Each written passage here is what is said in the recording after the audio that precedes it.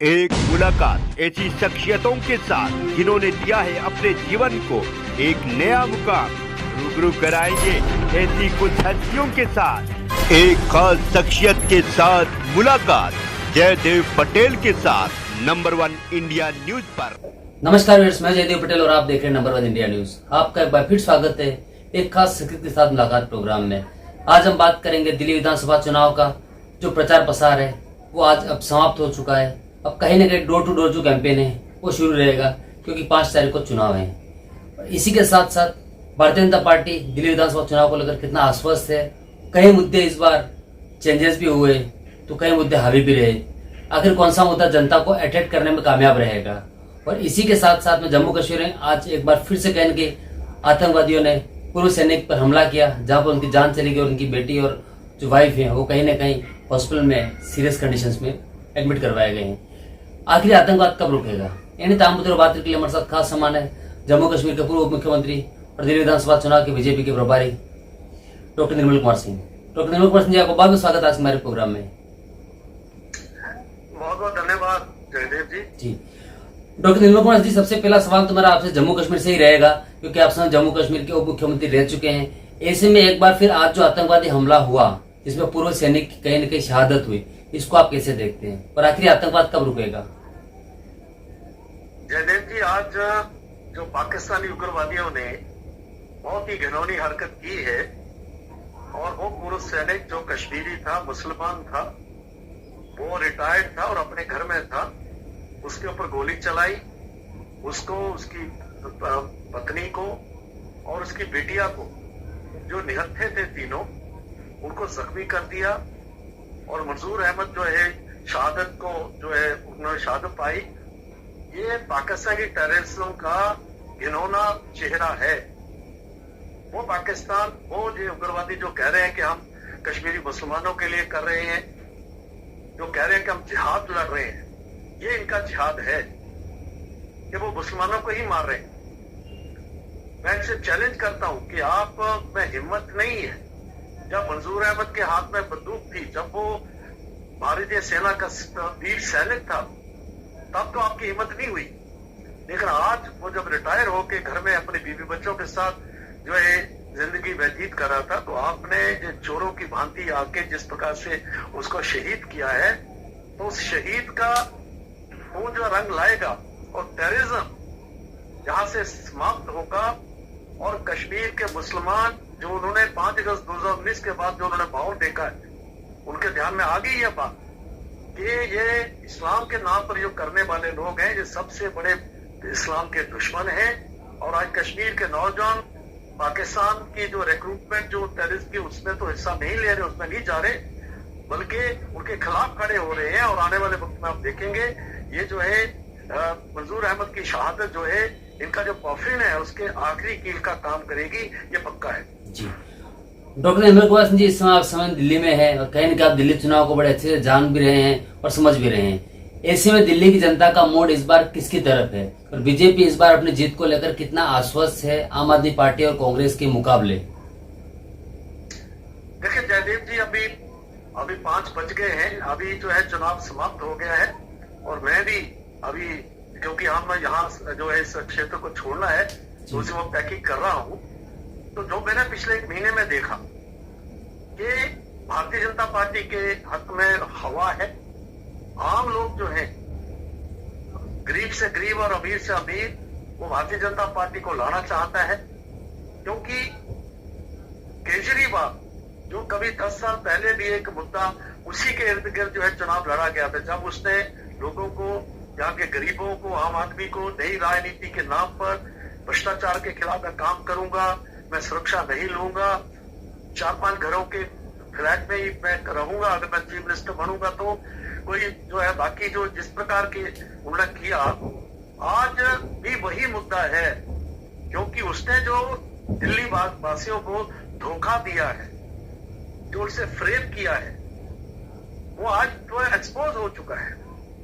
वही केजरीवाल जिसने शीश महल बनाया, 49 करोड़ की कोठी, जो घर बनाया, लाखों की जो है रुपए के पर्दे लगाए, वही केजरीवाल जिसने शराब नीति के मद्देनजर मनीष सिसोदिया के द्वारा और उसके थ्रू जो है वो राजनीति और शराब नीति बनाई और उसमें एक के बदले एक फ्री, ये जो किया है आज हम देख रहे हैं कि जहां स्लम्स में, झुग्गी झोपड़ियों में वो गरीब जिन्होंने बड़ी आशा के साथ उसको लाया था कि हमें वो जो है वो उसका लाभ मिलेगा, आज वही लोग उनके घर जो है बर्बाद हो गए हैं। ये आम जो महिलाएं हैं, गरीब महिलाएं, उनका कहना है, बाकी जो लोग हैं उनको तो कह ही रहे।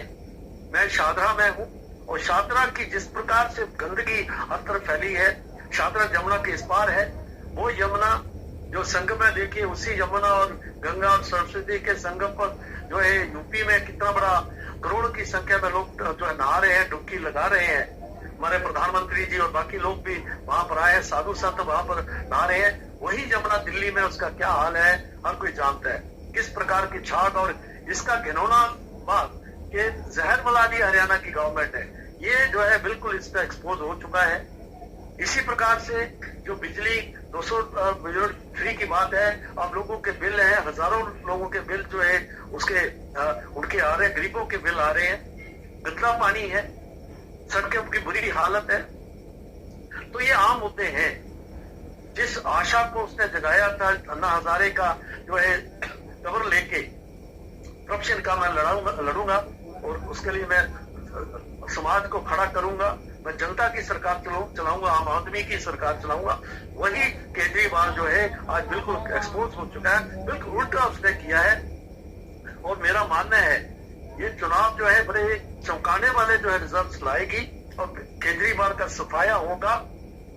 कांग्रेस कहीं दिख नहीं रही है, कुछ सीटों पर जरूर वो अपना वो करेगी, लेकिन आप देखें कि भारतीय जनता पार्टी बड़ी अच्छे तरीके मार्जिन से जीत के यहाँ पर सरकार बनाई। जी डॉक्टर निर्मल कुमार सिंह जी, कहीं न कहीं चुनाव के आखिरी दिन जब प्रचार खत्म हो रहा था उससे पहले अरविंद केजरीवाल की तरफ से एक अपील की गई आज दिल्ली की जनता को लेकर के कि जो ईवीएम में जो गड़बड़ी का जो मामला है उसको लेकर बीजेपी 10% तक गड़बड़ी कर सकती है। तो आप लोग कहीं न कहीं 10% से ज्यादा इतने वोट डालो कि बीजेपी गड़बड़ी करे तब भी हमारी सरकार बन जाए, इसको आप कैसे देखते हैं? देखो इतना बड़ा फ्रेबी और इतना जो है लोगों को गुमराह करने की कोशिश करता है।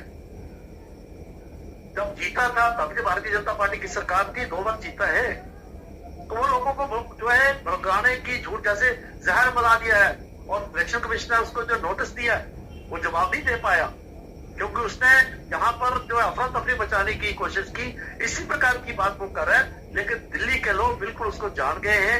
आप देखेंगे वो 10% की अपनी वो वोट बढ़ाएंगे और इसका बिल्कुल सफाया करेंगे केजरीवाल का, ये बिल्कुल स्पष्ट है।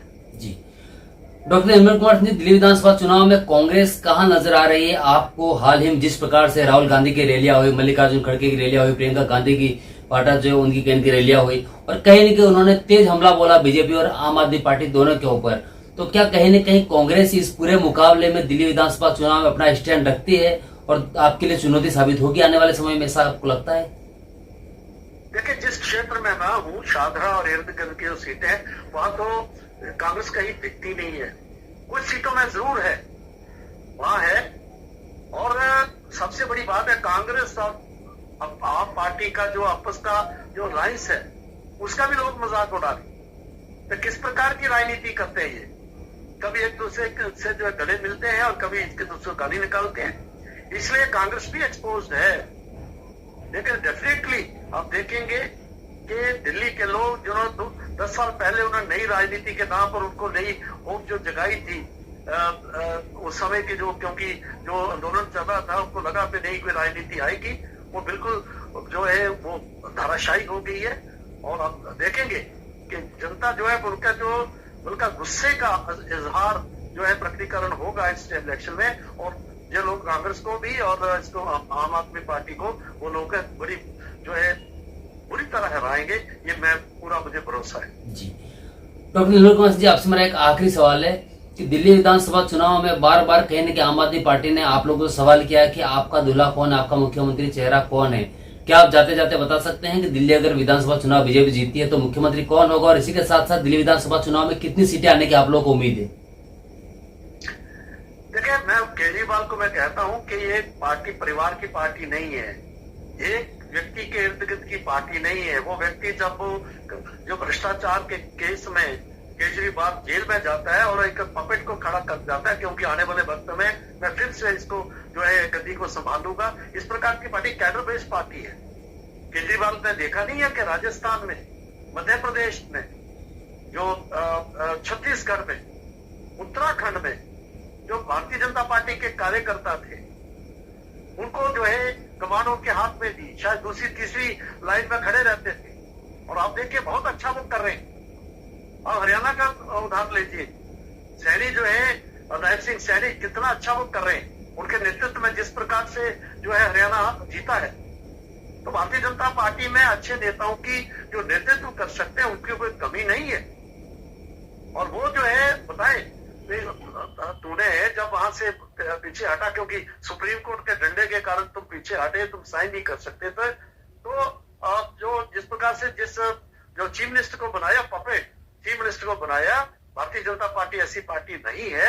और देखेंगे भारतीय जनता पार्टी जीत के जो है जिस प्रकार से जो ऐसा नेतृत्व खड़ा सामने आएगा जो दिल्ली को, ये जो यहाँ पर दिल्ली जहाँ की हवा जो है जहरीली है, पानी जहरीला है, और जिस प्रकार से यहाँ पर गंदगी हर जगह मिलती है, इस प्रकार की दिल्ली को उसको डेवलपमेंट के ऊपर और जो है उस पर लाएगी।